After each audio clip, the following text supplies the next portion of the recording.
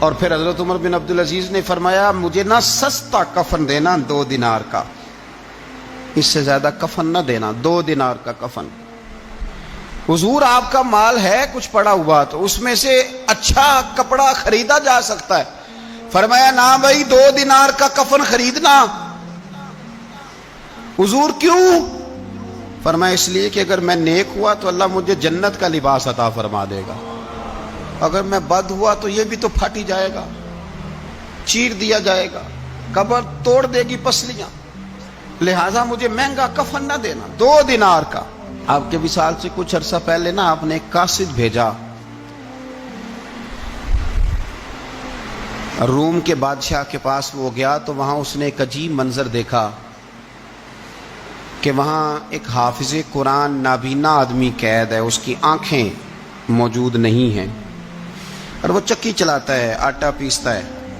اس قاصد نے اسے پوچھا تو یہاں کب سے ہے اور یہ تیرے ساتھ معاملہ کیسے ہوا؟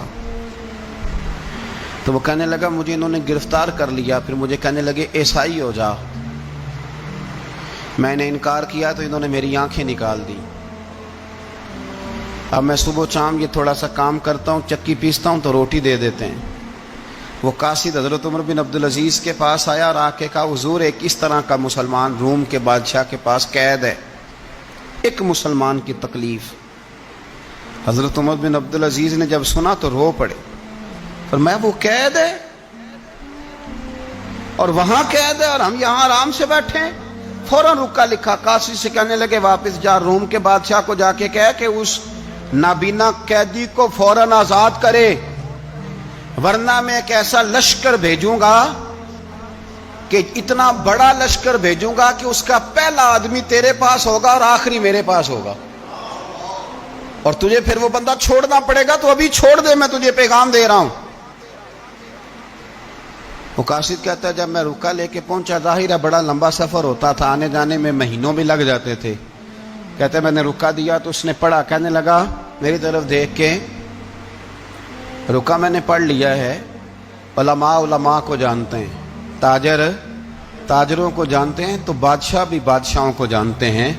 فرمایا تم مسلمان ہو میں نہیں ہوں، پر اتنی تم اس درویش کی قدر کرتے ہو میں تم سب سے بڑھ کر قدر کرتا ہوں، میں اس بندے کو لشکر لے کے آنے کی تکلیف نہیں دوں گا، میں ویسے ہی قیدی آزاد کرنے لگا، تم لے جاؤ۔ کہتے ہیں مجھے چند دن وہاں رہنا پڑا، کچھ لوازمات تھے جن کے لیے رکنا پڑا۔ ایک دن میں شاہ روم کے دربار میں گیا تو وہ تخت سے نیچے اتر کے رو رہا تھا اور اس کی ہچکی بندھی تھی اور اس کے سینے سے آواز نکل رہی تھی۔ میں نے پوچھا لوگوں سے کیا ہوا، کہنے لگے خود ہی پوچھ لو۔ میں نے جا کے کہا بادشاہ کیا ہوا، کیوں رو رہے ہو؟ تو کہنے لگا آج دھرتی کا حسن اٹھ گیا ہے، آج سنگار ختم ہو گیا، آج دھرتی کا حسن اٹھ گیا۔ میں نے کہا کیا ہوا؟ کہنے لگے عمر بن عبدالعزیز انتقال کر گئے، تمہارا امیر چلا گیا۔ تو میرے دل میں خیال آیا، میں نے آہ بھری، میں نے کہا پھر ہمارے لیے کیا حکم ہے؟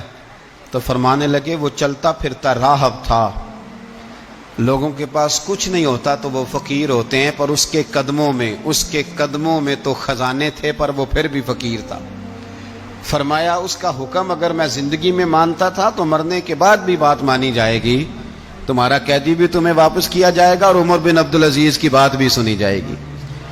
کسی نے حضرت عبداللہ ابن مبارک سے کہا آپ بڑے زاہد ہیں، آپ نے دنیا چھوڑ دی۔ فرمایا میں تو عالم فاضل ہو کے زاہد ہوں، زاہد تو اصل میں عمر بن عبدالعزیز تھے جو بادشاہ ہو کے زاہد تھے۔ مالک بن دینار بھی کہتے تھے وہ بادشاہ ہو کے زاہد ہیں۔ ان کا انتقال ہوا تو خواجہ حسن بصری فرمانے لگے آج دنیا سے بہترین آدمی چلا گیا۔ حضرت سیدنا امام احمد بن حنبل فرمایا کرتے تھے جو عمر بن عبدالعزیز کا ذکر کرے رب تو اس پر بھی رحمت نازل فرمائے گا۔